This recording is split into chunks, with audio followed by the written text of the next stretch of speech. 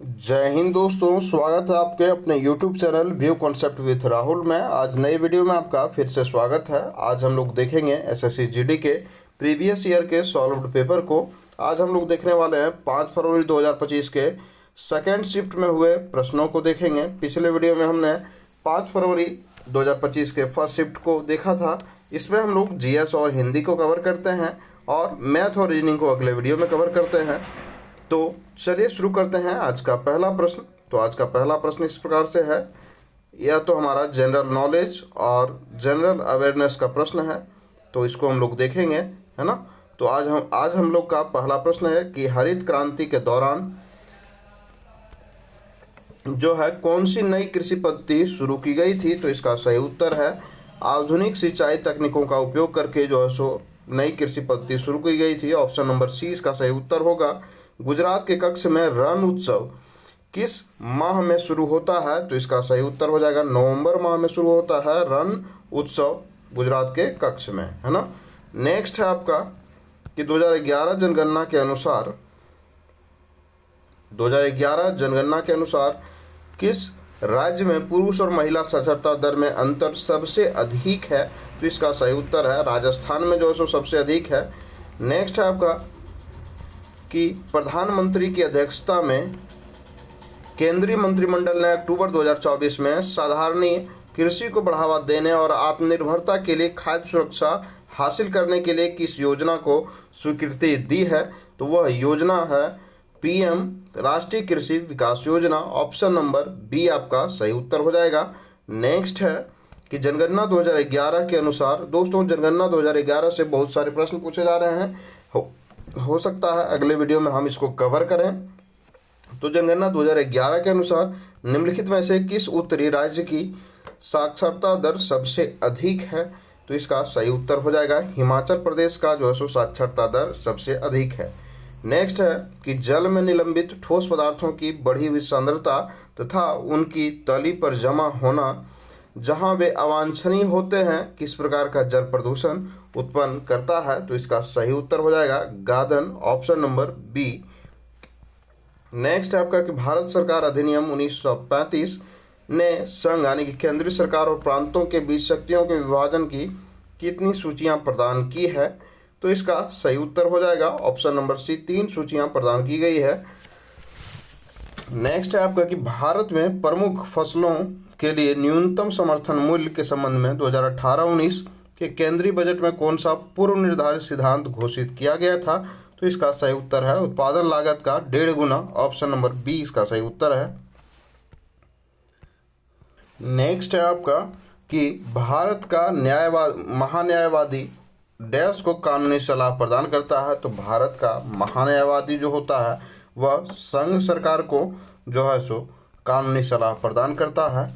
अगला है कि अंतर्राष्ट्रीय हॉकी मैच में मैदान की मानक चौड़ाई कितनी होती है। तो मानक चौड़ाई इसकी देखी जाए तो यह 55 मीटर होती है। ऑप्शन नंबर डी इसका सही उत्तर है।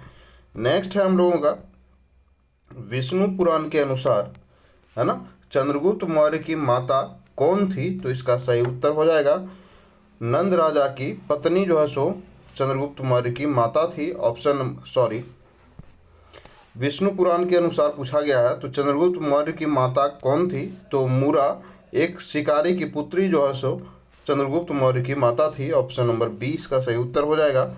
नेक्स्ट हम लोग चलेंगे कि टाइम आउट, है ना, टाइम आउट नियम किस खेल में लागू होता है। तो इसका सही उत्तर है क्रिकेट में, है ना।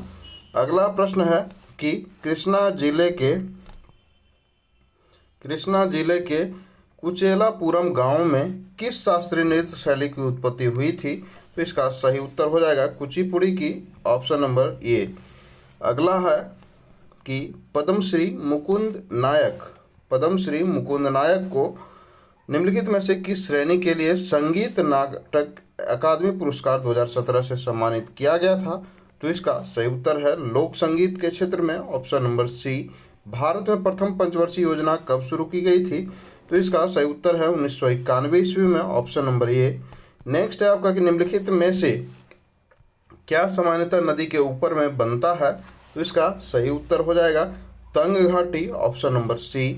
भारत की राष्ट्रपति द्रौपदी मुर्मू पहले डैश यानी कि डैश राज्य की राज्यपाल थी, तो इसका सही उत्तर हो जाएगा झारखंड की राज्यपाल थी, ऑप्शन नंबर बी।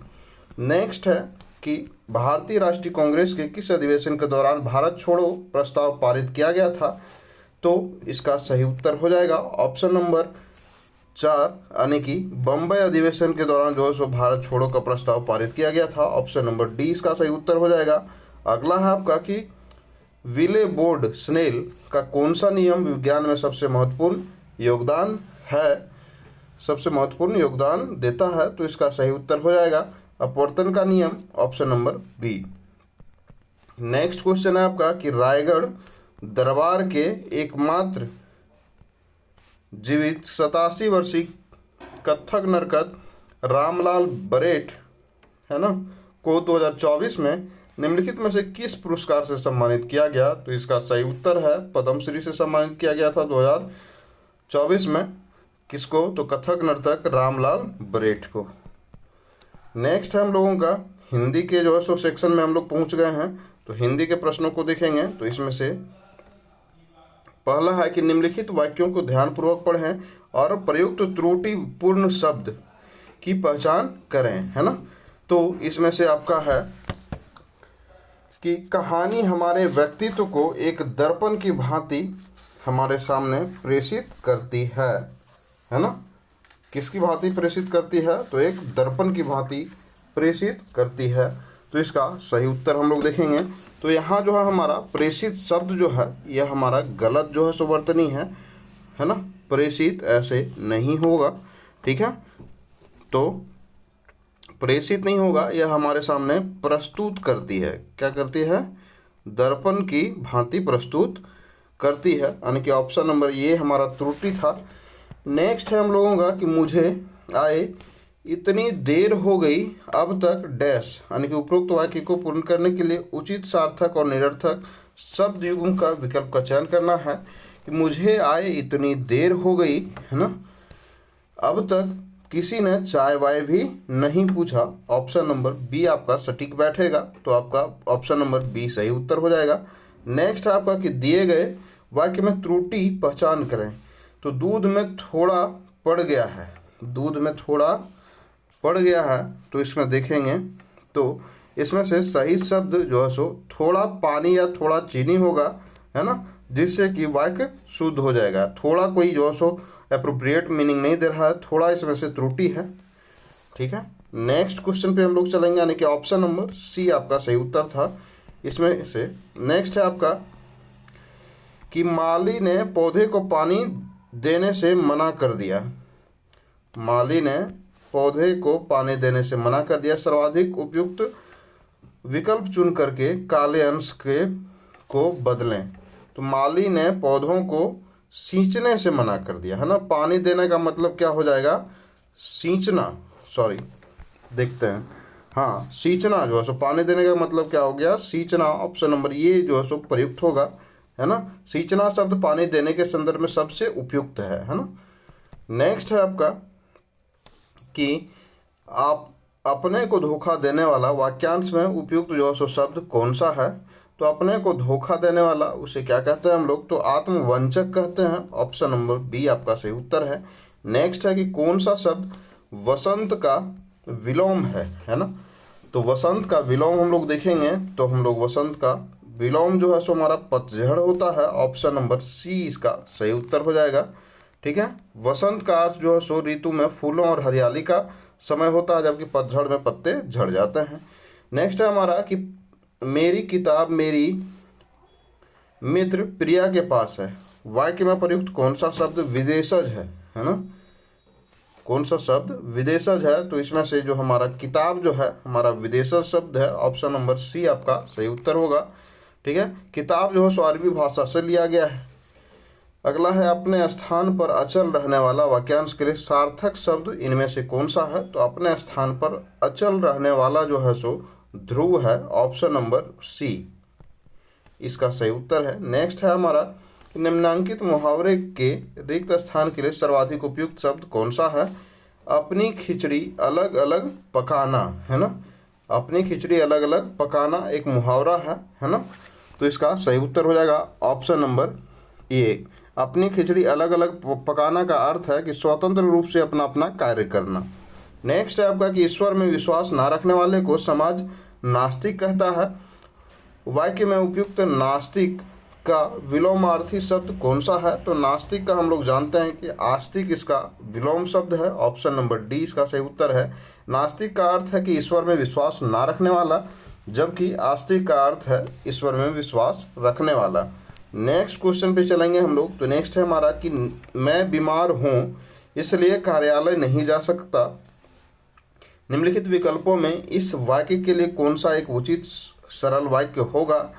तो इसको हम लोग देखते हैं। तो बीमार होने के कारण मैं कार्यालय नहीं जा सका, दोस्तों उचित सरल वाक्य होगा ऑप्शन नंबर सी इसका सही उत्तर हो जाएगा।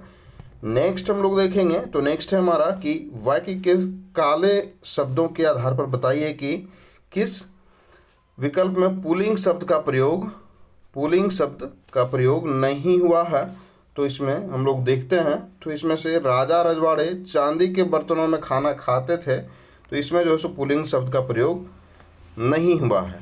ठीक है, चांदी भी हमारा क्या है, स्त्रीलिंग है ना। और अन्य वाक्यों में जो है सो पीपल जो है सो हो गया, मोती हो गया, और जो है सो हम लोग देखेंगे तिल हो गया, ये शब्द हमारा क्या है, पुल्लिंग शब्द है, जबकि चांदी हमारा क्या है, स्त्रीलिंग शब्द है। अतः हमारा ऑप्शन नंबर ए इसका सही उत्तर हो जाएगा।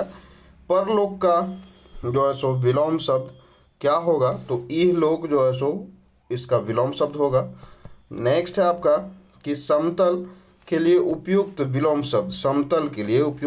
शब्द कौन सा होगा?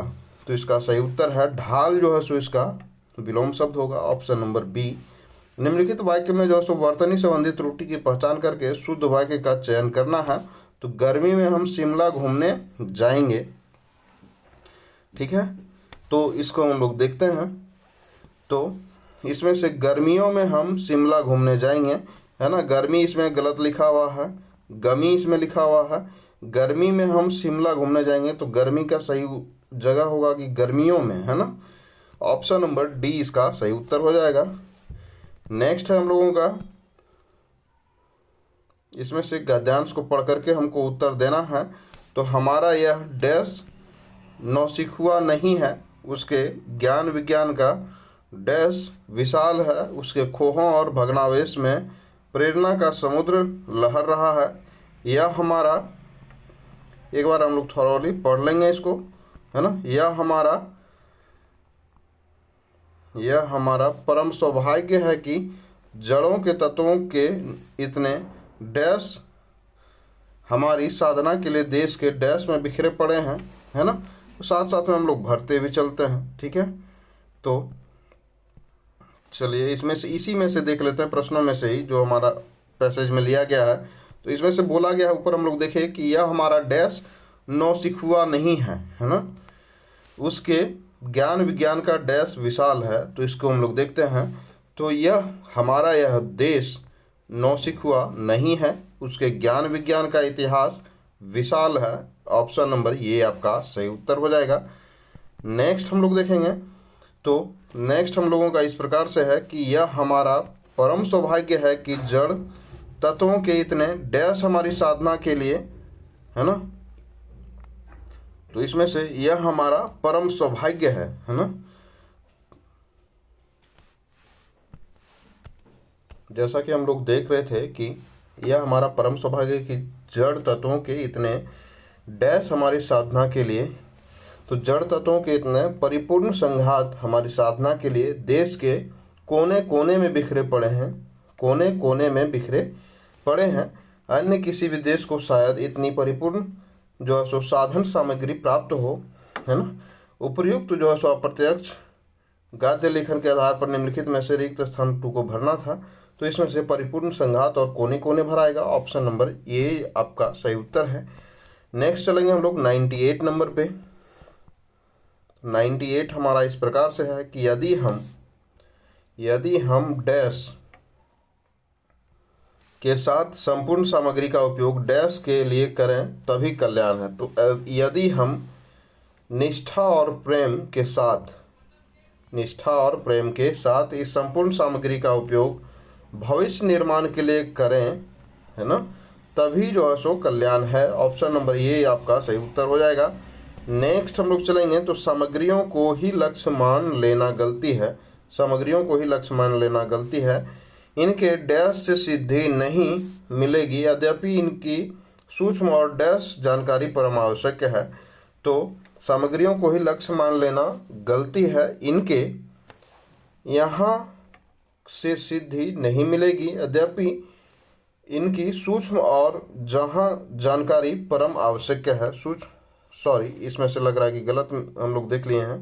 तो सामग्रियों को ही लक्ष्य मान लेना गलती है। इनके ज्ञान मात्र से सिद्धि नहीं मिलेगी। ज्ञान मात्र इसका अप्रोप्रिएट जो है उसमें से फिलिंग द ब्लैंक्स में पुट होगा।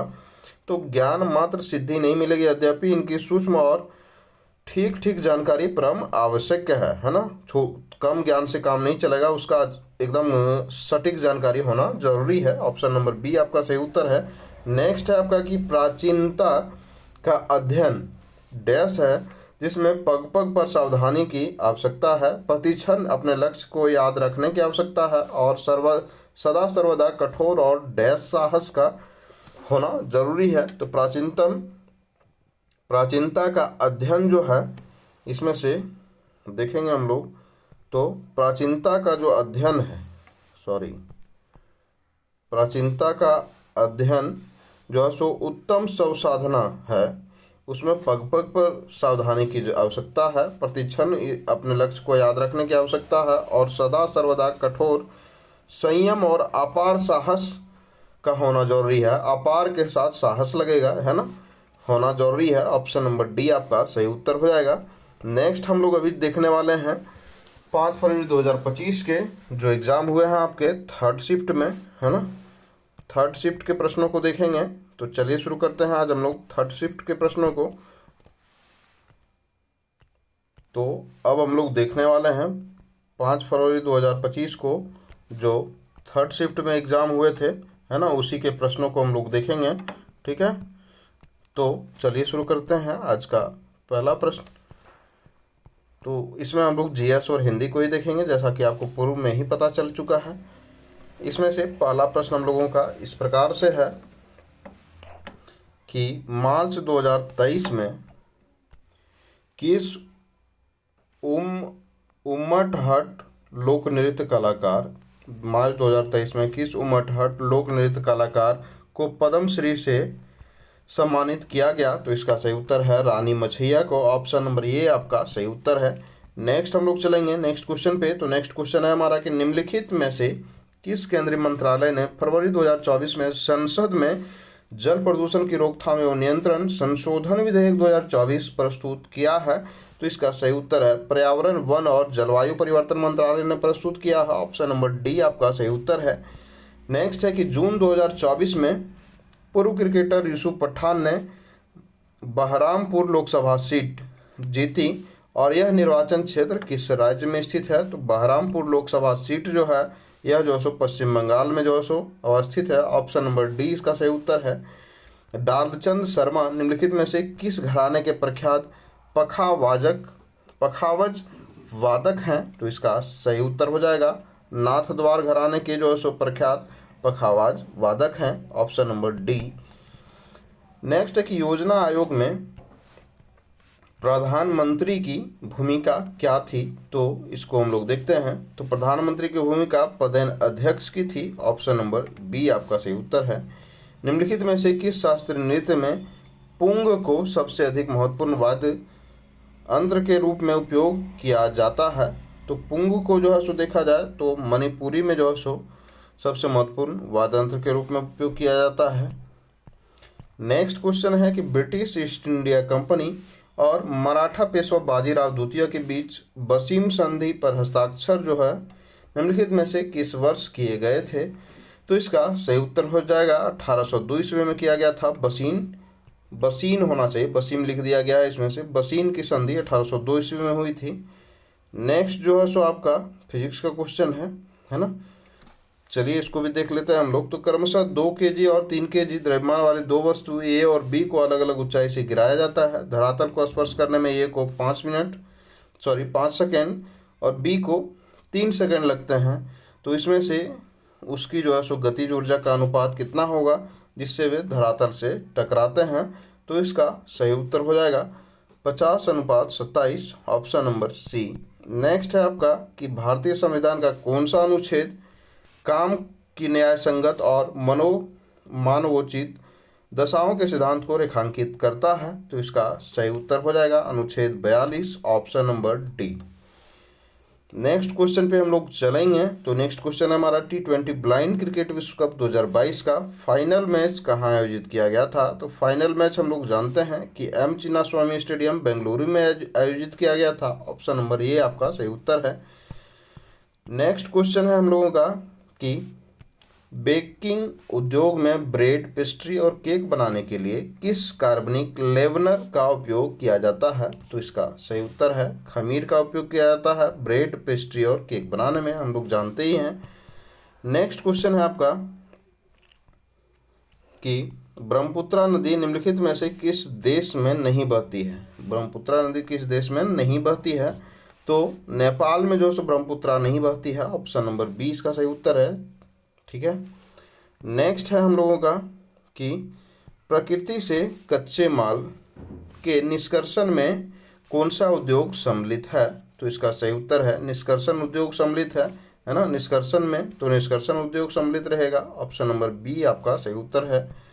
नेक्स्ट क्वेश्चन पे हम लोग चलते हैं। तो नेक्स्ट क्वेश्चन हमारा इस प्रकार से है कि पायरेनोमीटर है ना, मापने वाला एक उपकरण है जिसका उपयोग आमतौर पर जलवायु अनुसंधान और मौसम प्रदर्शन के निगरानी के लिए किया जाता है। तो पायरेनोमीटर जो है इसमें से सौर विकिरण मापने वाला उपकरण है, ऑप्शन नंबर ए आपका सही उत्तर है। भारत में कोयला खदानों का राष्ट्रीयकरण किस समय अवधि में किया गया था? तो कोयले खदानों का जो है नेशनलाइजेशन यानी कि राष्ट्रीयकरण किया गया था 1971 से 75 के दरमियान, ऑप्शन नंबर बी आपका सही उत्तर है।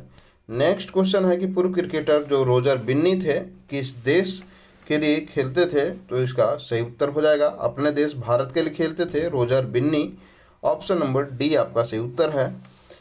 डैश दिनों का काम रोजगार के लिए भारत सरकार द्वारा गरीब कल्याण रोजगार योजना 2020 शुरू की गई थी, तो कितने दिनों का काम उसमें मिलता था? तो इसको हम लोग देखेंगे तो 125 दिनों का काम मिलता था, है ना, 125 दिनों का काम मिलता था, ऑप्शन नंबर डी आपका सही उत्तर हो जाएगा। ऋग्वेद में गंगा नदी का जो है सो उल्लेख कितनी बार हुआ है? तो इसको हम लोग देखते हैं तो एक बार हुआ है गंगा नदी का उपयोग, ऑप्शन नंबर डी आपका सही उत्तर है। नेक्स्ट है कि गणतंत्र दिवस 2023 पर किस देश की सैनिक टुकड़ी ने भारतीय सैनिकों के साथ मार्च किया? तो इसका सही उत्तर हो जाएगा मिस्र के सैनिक टुकड़ियों ने जो सो भारतीय सैनिकों के साथ मार्च किया। देखिए आपका एग्जाम 2025 में हो रहा है लेकिन पूछा जा रहा है कहाँ से क्वेश्चन 2023 से, तो इस वजह से आपको जानना 2 साल पहले वाला भी जरूरी है थोड़ा थोड़ा, है ना। नेक्स्ट है आपका कि निम्नलिखित में से कौन भारत में मानवाधिकार के उल्लंघनों की शिकायतों की जांच के लिए उत्तरदायी नहीं होता है ना। तो मानवाधिकारों के उल्लंघन की शिकायत के लिए जांच के लिए उत्तरदायी कौन नहीं होता है? तो अंतर्राष्ट्रीय मानवाधिकार आयोग, ऑप्शन नंबर बी इसका सही उत्तर है। ठीक है। नेक्स्ट है आप हिंदी के प्रश्नों को देखने वाले हैं अब। तो इसमें से है कि दिए गए वाक्य में पर्यायवाची शब्द जो है सो पहचानिए, है ना। पर्यायवाची शब्द और जो वर्तनी में शुद्धि है इससे प्रश्न रहता ही रहता है आपके एग्जाम में, तो हम उसको एक अलग वीडियो में कवर करवाने का प्रयास करेंगे। ठीक है। तो इसमें से दिया हुआ है कि दिए गए शब्द का पर्यायवाची शब्द जो है सो तो नदी, तो नदी का हम लोग पर्यायवाची शब्द जानते हैं कि सरिता जो है सो नदी का पर्यायवाची शब्द है, ऑप्शन नंबर ए इसका सही उत्तर है। निम्नलिखित विकल्पों में से कौन एक विलोम युग सही नहीं है ना। तो ऐहिक और ऐश्वर्य जो है सो यह विलोम एक दूसरे का नहीं है, ऑप्शन नंबर ए इसका सही उत्तर है। करुणा यानी कि दयालुता का निष्ठुरता होता है ना, और क्रोध का क्षमा जो है सो विलोम शब्द होता है। ऐहिक का पारलौकिक जो है सो इसका विलोम शब्द है, और ऑप्शन नंबर ए विलोम शब्द का जोड़ा नहीं था। नेक्स्ट हम लोग देखेंगे तो नेक्स्ट है हमारा निम्नलिखित वाक्यांश हेतु सार्थक शब्द बताएं। तो बिना वेतन के कार्य करने वाला उसे हम लोग कहते हैं यवैतनिक। ऑप्शन नंबर सी इसका सही उत्तर है।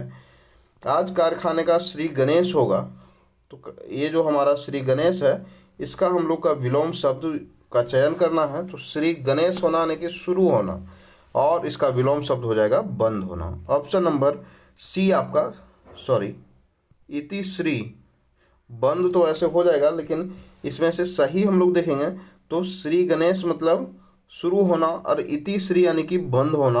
ऑप्शन नंबर डी इसका सही उत्तर हो जाएगा। नेक्स्ट क्वेश्चन हम लोग देखेंगे, तो नेक्स्ट है हमारा कि निम्नलिखित वाक्य के किस भाग में त्रुटि है। ठीक है, हम इसमें से देखते हैं कि अब हमें उनका धन्यवाद देना चाहिए। तो इसमें से देखेंगे कि धन्यवाद देना जो है सो इसमें से हमारा क्या है, त्रुटि है, धन्यवाद देना। ऑप्शन नंबर ये इसका सही उत्तर हो जाएगा, है ना। इसको हम लोग थोड़ा सा डिटेल में देखने का प्रयास करेंगे कि यह हमारा धन्यवाद देना गलत कैसे हो गया। तो वाक्य में धन्यवाद देना भाग में जो सो त्रुटि है, सही वाक्य को यदि हम लोग देखेंगे, ठीक है, तो अब हमें उनका धन्यवाद करना चाहिए होगा, धन्यवाद देना चाहिए नहीं, करना चाहिए, है ना। अतः हमारा यहाँ पे हमारा मिस्टेक था, ठीक है, देना नहीं करना होगा। नेक्स्ट क्वेश्चन पे हम लोग चलेंगे, तो निम्नलिखित विकल्पों में से कौन सा वाक्य वर्तनी की दृष्टि से अशुद्ध है। वाक्य वर्तनी की दृष्टि से क्या है, अशुद्ध है। तो इसमें से आज रेणु का व्याख्यान है, यह जो सो वाक्य वर्तनी की दृष्टि से अशुद्ध है। ऑप्शन नंबर ए आपका सही उत्तर हो जाएगा। सही वर्तनु रेणु होना चाहिए, है ना। नौ में हर्षऊ होता है, रेणु, है ना, ऐसे लिखते हैं हम लोग, रे नौ में मूर्धन्य के हर्षऊ, ठीक है। यह तो हमारा रेणु में गलती था, ऑप्शन नंबर ए इसका सही उत्तर है। नेक्स्ट है हम लोग कि निम्नलिखित मुहावरे का उचित अर्थ लिखें। तो अकल के अंधे, जो कि हम लोग बार बार इसका प्रयुक्त करते हैं बोलचाल की भाषा में, तो अकल का अंधा होना यानी कि बुद्धिहीन होना। ऑप्शन नंबर बी आपका सही उत्तर हो जाएगा, ठीक है। हम लोग अभी देख रहे थे 87, है ना। अकल का अंधा होना मूर्खता या फिर समझ की कमी को भी दर्शाता है, ठीक है। दिए गए शब्द का उचित विलोम शब्द लिखना है। तो यथ, यथ का विलोम शब्द हम लोग लिखने का प्रयास करेंगे।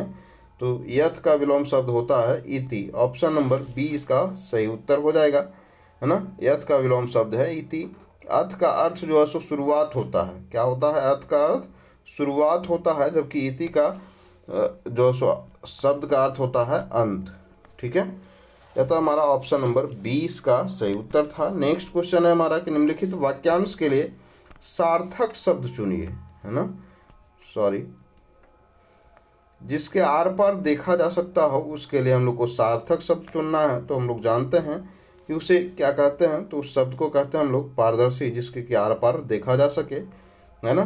पारदर्शी का अर्थ जो है सो पारदर्शिता या स्पष्टता से है, तो उसको भी ध्यान में रखेंगे। निम्नलिखित वाक्यांश हेतु सार्थक शब्द का चुनाव करें जो संविधान के प्रतिकूल हो। तो जो संविधान के प्रतिकूल हो, इसमें से सार्थक शब्द क्या है, तो यह संवैधानिक। प्रतिकूल, अनुकूल हो तो उसे संवैधानिक कहते, प्रतिकूल यानी कि जो संगत नहीं है, असंगत है, तो उसे हम लोग क्या कहते हैं, असंवैधानिक, ठीक है। निम्नलिखित में से एक वचन की दृष्टि से शुद्ध वाक्य है। तो इसमें से तुम्हें यह आदत छोड़ देनी चाहिए, यह एक वचन की दृष्टि से शुद्ध वाक्य है ना। अन्य वाक्य जो है सो बहुवचन से संबंधित है। नेक्स्ट क्वेश्चन है हमारा मुहावरे के लिए, इसमें से सही विकल्प को चुनना है, ठीक है। तो उल्टी गंगा बहना, जो कि हम लोग बार बार बोलचाल की भाषा में इसको जो है सो प्रयोग करते हैं, तो इसका मतलब होता है प्रतिकूल कार्य, है ना, या असामान्य या फिर गलत दिशा में कार्य को दर्शाता है ना। अतः हमारा ऑप्शन नंबर बी इसका सही उत्तर हो जाएगा। नेक्स्ट है कि भारत ने इस वर्ष यूरोप को गेहूं डैश किया, है ना। तो गेहूं क्या करते हैं हम लोग, निर्यात करते हैं या फिर क्या करते हैं, आयात करते हैं। तो निर्यात इसका सही ऑप्शन हो जाएगा। नेक्स्ट क्वेश्चन पे चलेंगे हम लोग। तो माँ ने मुझे दही लाने को कहा, माँ ने मुझे दही लाने को कहा। इस वाक्य में दही शब्द का तत्सम रूप प्रयुक्त कर वाक्य पूर्ण करना है। तो दही का जो है सो इसमें से क्या बनेगा तत्सम रूप, तो दधी बनेगा। क्या बनेगा, दधी। माँ ने मुझे दधी लाने को कहा। दधी जो कि तत्सम रूप यानी कि थोड़ा संस्कृत के जैसा रूप है। ऑप्शन नंबर बी इसका सही उत्तर है। नेक्स्ट है कि काले शब्दों के वांछित विकल्प चुनिए। उसका घर जलकर राख हो गया इसलिए वह मालामाल हो गया। इसलिए वह, जब किसी का घर जलेगा दोस्तों तो वह मालामाल होगा क्या? तो नहीं, वह कंगाल हो जाएगा। क्या होगा? कंगाल हो जाएगा। इसके जगह पे क्या भराएगा? कंगाल। नेक्स्ट क्वेश्चन हम लोग चलते हैं, तो इसमें से हम लोग देखने का प्रयास करते हैं। ठीक है, तो पहले हम लोग नहीं होता तो एक बार पढ़ लेते हैं पैसेज को, फिर हम लोग जो है सो क्वेश्चंस पे चलेंगे। ठीक है, तो इसमें से दिया हुआ है कि भरत अयोध्या के राजा डैश के पुत्र थे। तो हम लोग पता ही है कि इनका पुत्र था। इनकी माता का नाम केकई, और केकई ने राजा दशरथ से भरत की राजगद्दी और राम को डैश के वनवास का वरदान मांगा, है ना। ननिहाल से लौटने पर जब राजा के मृत्यु के कारण उनको पता चला तो लज्जा के कारण उनका मुख पीला पड़ गया और उन्होंने अपनी माता को खूब फटकारा, है ना। जब मंत्रियों और रानियों के सिंहासन पर बैठने की प्रार्थना की, परंतु वे गद्दी पर नहीं बैठे। वे वन में राम को लेने के लिए गए, और जब रामचंद्र जी नहीं लौटे तो उनकी डैश लेकर लौट आए। खड़ाउओं को सिंहासन पर रखकर राम के डैश के रूप में शासन का काम करने लगे। संसार में ऐसा डैश दूसरे देखने को नहीं मिलता है ना। तो यह कहानी हम लोग को पता ही है, फिर भी हम लोग देखेंगे इसको। तो भरत अयोध्या के राजा किस राजा के पुत्र थे? तो सभी को पता है कि राजा दशरथ के पुत्र थे। ऑप्शन नंबर सी इसका सही उत्तर है ना। नेक्स्ट है कि केकई ने राजा दशरथ से भरत को राजगद्दी और राम को कितने वर्ष का वनवास? तो 14 वर्ष का वनवास के लिए जो है सो वरदान मांगा था। ऑप्शन नंबर डी आपका सही उत्तर हो जाएगा। नेक्स्ट है कि जब रामचंद्र जी को भरत लाने के लिए गए थे वन, है ना, तो जब रामचंद्र जी नहीं लौटे तो उनकी डैश लेकर लौट आए। तो उनकी क्या लेकर के लौट आए थे? खड़ाउं लेकर के लौट आए थे, और उसी को सिंहासन पर रख दिए थे शासन करने के लिए, है ना। तो राम के डैश के रूप में शासन का काम करने लगे। जब खड़ाउं को रखा गया सिंहासन पर तो राम के डैश यानी कि राम के उत्तराधिकारी, है ना, राम के प्रतिनिधि यानी कि राम के रूप में जो है सो राम के जगह पे उनका खड़ाउं ही सही रख दिया गया था। और संसार में ऐसा डैश दूसरा देखने को नहीं मिलता है। तो संसार में ऐसा त्याग जो है सो गद्दी के प्रति, आजकल के नेता लोग जो है सो गद्दी के प्रति इतने लालचित रहते हैं कि उनका जो है सो स्वभाव या फिर कोई भी चीज़, जमीर भी आजकल मर गया है। ठीक है ना। बहुत सारे नेता लोग ऐसे हैं, और सभी को तो नहीं कर सकते हैं, कुछ अच्छे भी हैं। ठीक है, तो संसार में ऐसा त्याग दूसरा देखने को नहीं मिलता है। ऑप्शन नंबर बी आपका सही उत्तर हो जाएगा, है ना। यहीं पर वीडियो हमारा समाप्त होता है। 5 फरवरी के सेकेंड और थर्ड शिफ्ट को हम लोग देख चुके हैं। तो हमारे वीडियो को देखने के लिए, हमारे चैनल से जुड़ने के लिए आपका तहे दिल से धन्यवाद। ऐसे ही वीडियो को प्राप्त करने के लिए हमारे चैनल को सब्सक्राइब करें, और अगर आप हमें कोई सुझाव देना चाहते हैं तो आप हमारे कमेंट बॉक्स में सादर आमंत्रित हैं। आप वहां पर जाकर के अपना सुझाव दें। आप हमारे परिवार का हिस्सा हैं, हम उसे अपने चैनल पे जल्द लागू करने का प्रयास करेंगे। किसी भी चीज़ का आपको प्रैक्टिस सेट चाहिए तो आप हमारे कमेंट बॉक्स में हमें ज़रूर बताइए, हम उस पर जल्द इम्प्लीमेंटेशन करने का प्रयास करेंगे। धन्यवाद, आपका दिन शुभ हो।